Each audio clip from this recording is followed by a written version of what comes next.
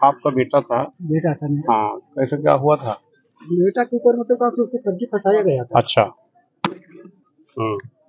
नहीं, पुलिस वाले जो ले गए थे, पुलिस वाले मतलब लेके गए थे। हाँ 29 तारीख को 10 बजे के टाइम अच्छा। लेके गए उनको मतलब अपने कस्टडी में रखे थे। हाँ कस्टडी में रखे थे। विपक्ष पार्टी वाले से पैसे लिए, हमसे भी पैसे की मांग किए थे। अच्छा। लेकिन मैं पैसा उतना दे पाया नहीं, मैं था भी नहीं। हाँ, तो उतना पैसा दे नहीं हो पाया। जाइए ताकि फोटो आएंगे लोग। हाँ, बताइए अपनी बात, तो ताकि आपकी बात जो है। हाँ, तो मतलब 500 आपसे भी पैसा मांग रहे थे? पैसा मांगे थे।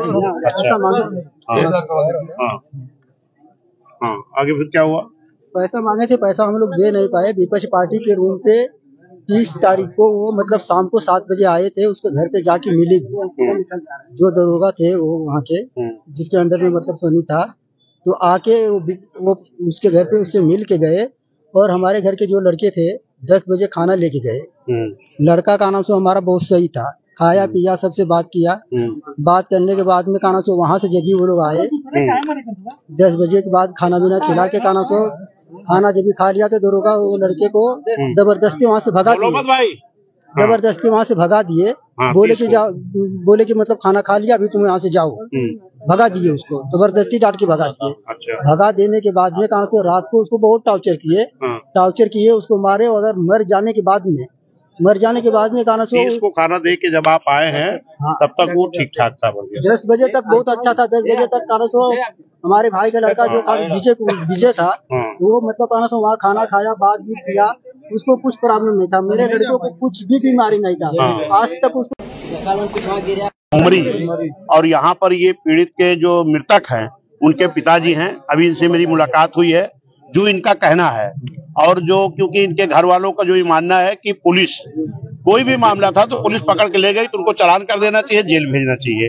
29 तारीख को पकड़ करके पुलिस ले गई, 29 को चालान नहीं किया, 30 को चालान नहीं किया और 30 को ये रात में 10 बजे तक खाना वाना ले करके गए थे। तब तक वो पूरी तरह स्वस्थ था, कोई उसके मन में इस तरह कोई विचार नहीं थे जो इस तरह का आरोप लगाए जा रहे हैं। निश्चित है कि 31 तारीख को जब उसकी बॉडी मिली है तो इन लोगों का कहना है कि पुलिस की प्रताड़ना से उसकी डेथ हुई है। तो अगर इस तरह का मामला है तो इसमें इनके परिवार की मांग है, मेरी भी मांग है कि इसमें, क्योंकि पुलिस की प्रताड़ना से मृत्यु हुई है जो इनके घर वालों का कहना है, तो इसमें इनका कहना कि सीबीआई जांच हो जाए। अगर जांच नहीं होगी तो निश्चित है कि पुलिस लिपापोती कर देगी। तो ये मेरी सरकार से मांग है, क्योंकि इस तरीके से ये पहली घटना नहीं है। मैं थाने में देख रहा हूँ, अभी अलीगढ़ में इस तरह की घटना हुई, आगरा में हुई थी, एक कासगंज में हुई थी, फिर ये घटना आपके आजमगढ़ में हुई है। ये पुलिस प्रशासन के लोग किस तरीके से, कोई इस तरह आतंकवादी तो था नहीं, इतनी प्रताड़ना करने की जरूरत थी जिससे उसकी डेथ हो जाए।